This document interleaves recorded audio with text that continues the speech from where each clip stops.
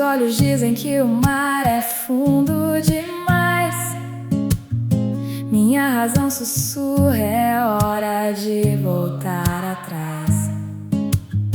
Mas há um eco que ressoa no meu interior, uma certeza que não vem da vista, vem do teu amor. Como Noé eu vou erguer o que ninguém previu. Como Abraão vou caminhar pro que ninguém sentiu.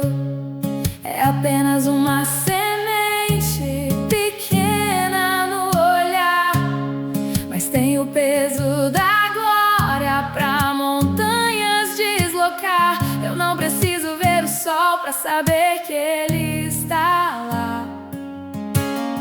Eu só preciso da tua voz pra me fazer saltar. Pois o justo viverá pela fé, firmado na rocha, ele se mantém de pé. Tudo é possível ao que crê no teu nome. A minha fraqueza, o teu poder consome. Não é por vista, é por confiar. Se tu disseste, eu vou descansar.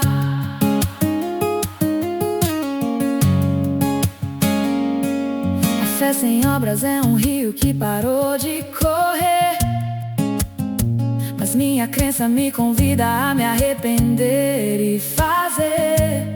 Não é um dom que eu conquistei, é presente do céu, um escudo que me guarda, um Deus que é fiel. Se o medo bater, eu respondo com a palavra, pois a fé vem pelo ouvir a voz que não se cala.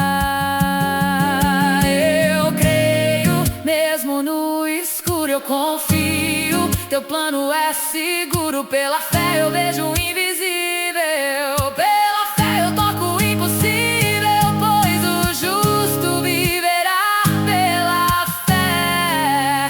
Firmado na rocha, ele se mantém de pé.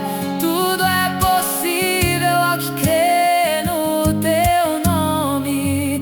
A minha fraqueza, o teu poder consome. Não é por vista, é por confiar.